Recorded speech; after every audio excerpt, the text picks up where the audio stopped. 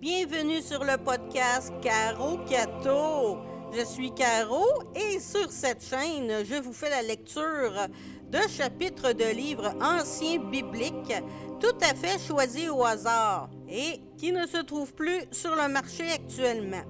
Si vous suivez mon autre balado, Les histoires d'autrefois sur YouTube, vous savez donc que j'ai une certaine passion pour tout ce qui est vieux et antique.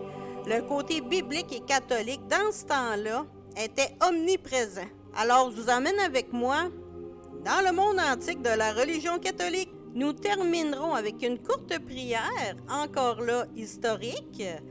Je vous conseillerais de rester jusqu'à la fin, on ne sait jamais, peut-être qu'il y a un beau petit message de Dieu qui va être entendu par vous, puis qui va vous faire du bien aujourd'hui. Vous êtes prêts? Et c'est parti! Aujourd'hui, c'est le livre précis d'Histoire sainte par les frères Maristes, 6e et 7e année, approuvé par le Conseil de l'instruction publique pour les écoles du 12 mai 1909, au prix de 1 $. Librairie Granger et Frères.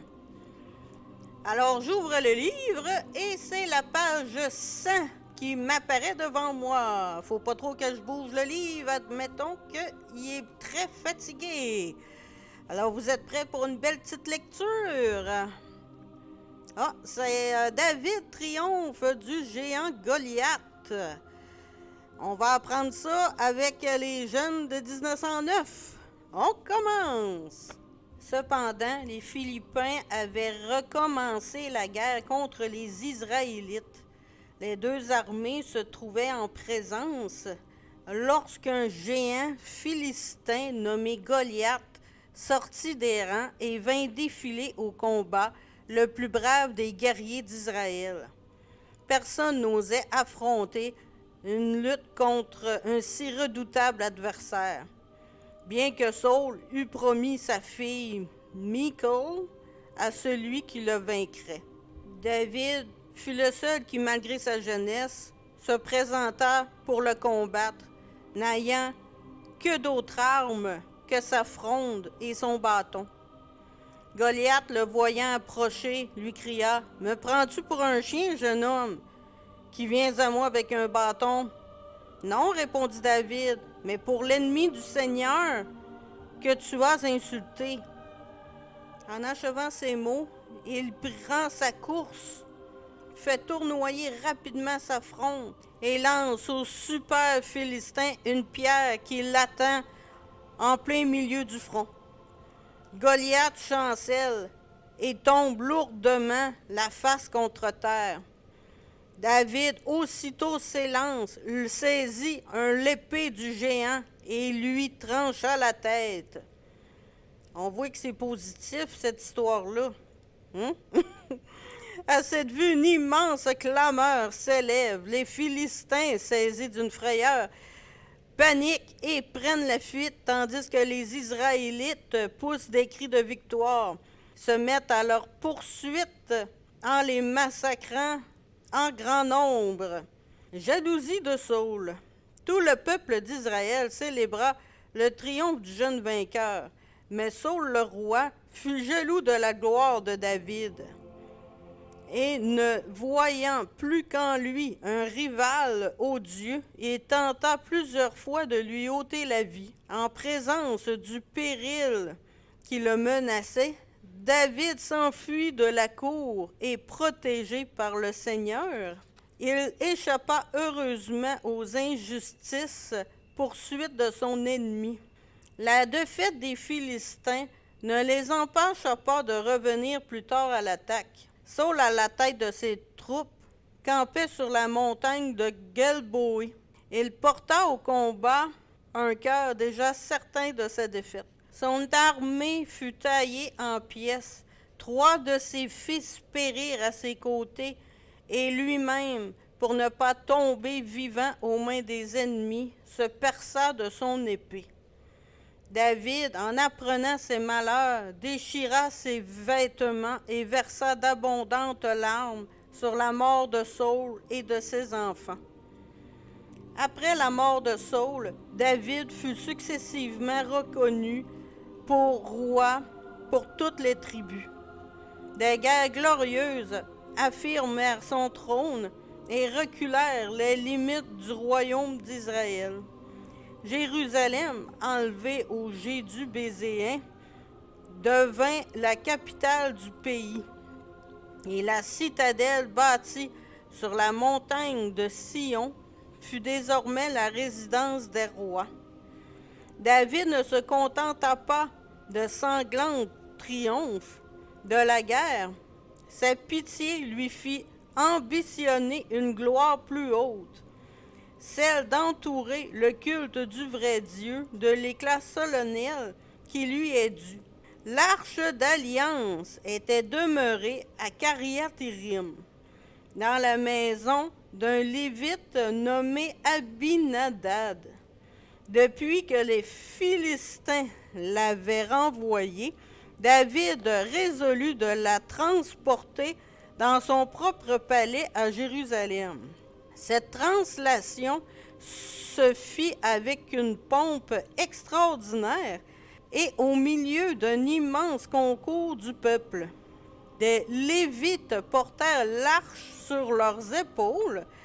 Après eux venaient les anciens d'Israël et une troupe de musiciens qui jouaient de toutes sortes d'instruments. Le roi lui-même, vêtu d'une robe de lin, comme un simple Lévite, marchait devant l'arche sainte et chantait des louanges du Seigneur en s'accompagnant de la harpe. La gloire et la prospérité affaiblit la vertu de David. La tentation le surprit dans la mollesse et l'oisivité et y succomba. David aussi, je pense que c'est un humain. Hein? Tout ce qui est humain, on succombe tout à quelque chose et on pêche. On était alors en guerre avec les Ammonites. David ordonna secrètement à Joab, son général, d'exposer Uri, un de ses officiers, au plus fort du combat, afin de le laisser périr. Joab eut la faiblesse d'exécuter les criminelles volontés du roi et pour ensuite épouser Bethsabée, la femme de ce soldat. Mais il est au ciel un vengeur des crimes que tout homme ne peut et ne veut pas punir. Dieu envoya vers David le prophète Nathan, qui lui reprocha son crime et lui a annoncé le châtiment. Voici comment il s'acquitta de sa mission. Dans une ville, dit-il au roi, il y a 2 hommes, dont l'un était riche et l'autre très pauvre. Le riche possédait de nombreux troupeaux. Le pauvre n'avait pour tout bien qu'une seule brebis qui avait grandi au milieu de ses enfants. Elle mangeait de son pain, buvait de sa propre coupe et reposait entre ses bras. Il la chérissait comme sa fille. Or, un étranger étant venu faire la visite chez l'homme riche, celui-ci ne voulait toujours pas que l'on touche à ses brebis ni à ses bœufs, mais il prit la brebis du pauvre et la servit à manger à son hôte. « Vive Dieu !» interrompit David indigné. « Cet homme mérite la mort. Cet homme, c'est vous-même. »« Ô roi, reprit Nathan, avec une généreuse intrépidité. Et voici ce que dit le Seigneur. Je vous ai sacré roi d'Israël. Je vous ai établi sur tout mon peuple. Pourquoi, après un si grand bienfait, avez-vous commis le mal en ma présence? Vous avez fait périr le soldat Uri par l'épée des Ammonites, et vous avez pris sa femme Bethsabée. C'est pourquoi la discorde ne servira pas votre maison, et je tirerai de votre famille même le malheur qui vous poursuivra. David, pénétré d'un vrai repentir, s'humilia devant et demanda pardon. Et Dieu lui fit miséricorde. Entre les divers malheurs que David fut fondre sur sa maison en punition de son péché, aucun ne lui fit plus sensible que la révolte de son fils Absalom. Cet ingrat prit les armes contre son père et le chassa de Jérusalem, et ne négligea rien pour lui ravir sa couronne. Cependant, David avait rassemblé au-delà du Jourdain une petite armée d'hommes dévoués courageux qu'il fit marcher contre le rebelle. Absalom, vécu près de la forêt d'Éphrem, fut obligé de fuir à son tour. Dans sa course rapide, il vint à passer sous un chêne touffu, dans les branches duquel sa longue chevelure s'embrassa. Samuel continua à courir. Il resta suspendu entre le ciel et la terre. Joab, informé de l'événement, accourut aussitôt, et malgré la défense qu'avait faite le roi de porter la main sur Absalom, il parça de 3 dards ce fils dénaturé. Ah, il y a une réflexion ici. Absalom est l'image des enfants ingrats et méchants, mais aussi quelle vie agitée et quelle mort affreuse. Pareil sort attend tôt ou tard les enfants assez pervers pour se révolter contre ceux qui leur ont donné le jour. Tes pères et mères honorera afin de vivre longuement. Alors, c'était l'histoire de David du livre Les Frères Maristes. C'est le livre qui donnait en 6e et 7e année le 12 mai 1909. Et nous sommes rendus dans le coin de la prière. C'est une petite carte avec une indienne qui prend en main un chapelet. Ça s'appelle Prière Sainte Katari Ketawika, liste des Mohawks. J'avoue aussi, il ne faut pas oublier ça, que dans le temps, l'Église catholique avait persécuté tout ce qui était indien ici au Canada.